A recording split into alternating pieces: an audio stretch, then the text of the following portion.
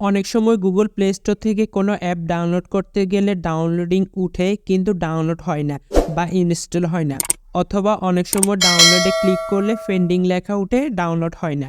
তো বন্ধুরা, কিভাবে আপনারা গুগল প্লে স্টোরে অ্যাপ ডাউনলোড না হওয়া এই সমস্যাটি সমাধান করবেন, আজকের এই ভিডিওতে আমি সেটাই দেখাবো। ভিডিও শুরু করার আগে আপনাদের কাছে ছোট্ট একটা রিকোয়েস্ট থাকবে, আমার এই চ্যানেলে আমি প্রতিনিয়ত মোবাইল রিলেটিভস বিভিন্ন টিপস অ্যান্ড ট্রিক্স আপলোড করে থাকি। তাই আপনি যদি আমার এই চ্যানেলে নতুন হয়ে থাকেন তাহলে চ্যানেলটি সাবস্ক্রাইব করে দিবেন এবং ভিডিওতে একটা লাইক করে দিবেন। প্লে স্টোরে অ্যাপ ডাউনলোড না হওয়া এই সমস্যাটি সমাধানের জন্য প্রথমে আপনারা প্লে স্টোরে চলে যাবেন। প্লে স্টোরে আসার পর আপনারা উপরে ডান পাশে দেখতে পারবেন প্লে স্টোরের লোগো বা আপনাদের যে জিমেল আছে সেই জিমেলের লোগোটা, সেখানে ক্লিক করবেন। এরপর এখানে দেখতে পারবেন সেটিংস, এই সেটিংসে ক্লিক করবেন।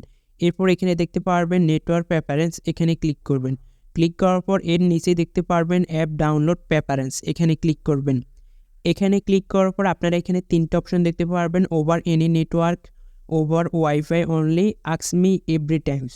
তো আপনারা জাস্ট এখান থেকে ওভার এনি নেটওয়ার্কসে ক্লিক করে দিবেন।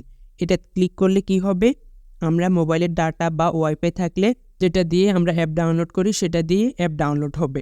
আর যদি আপনি এখান থেকে শুধুমাত্র ওয়াইফাইতে সিলেক্ট করেন তাহলে শুধুমাত্র আপনার মোবাইলে ওয়াইফাই কানেকশন থাকলে অ্যাপ ডাউনলোড হবে, এমবি থাকলে কিন্তু অ্যাপ ডাউনলোড হবে না।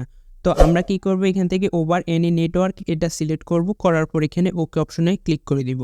প্লে স্টোরের কাজ শেষ, আমরা এখান থেকে বের হয়ে যাব। এরপর আমাদের প্লে স্টোরটাকে হাতের আঙুল দিয়ে চেপে ধরতে হবে।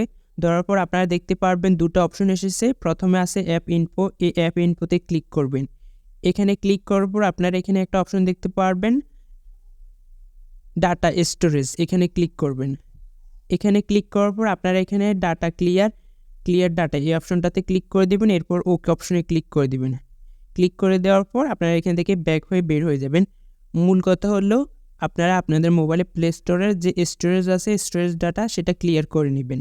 প্লে স্টোরটাকে ওপেন করবেন। প্লে স্টোর ওপেন করার পর দেখতে পারবেন প্লে স্টোরটা নতুনভাবে ওপেন হয়েছে। এরপর আপনারা চাইলে অ্যাপ ইনস্টল করতে পারবেন, আমি ইনস্টল করে দেখাতেছি। ক্লিক করার পর আপনারা দেখতে পারবেন আমার অ্যাপটা ইনস্টল হইতেছে। আমি যে প্রসেসগুলো দেখালাম এগুলো ফলো করার পরও যদি দেখেন আপনার প্লে স্টোর থেকে অ্যাপ ইনস্টল হচ্ছে না, তাহলে আপনারা কি করবেন, দেখবেন যে আপনার মোবাইলের স্টোরেজ মেমোরি ক্লিয়ার আছে কি না।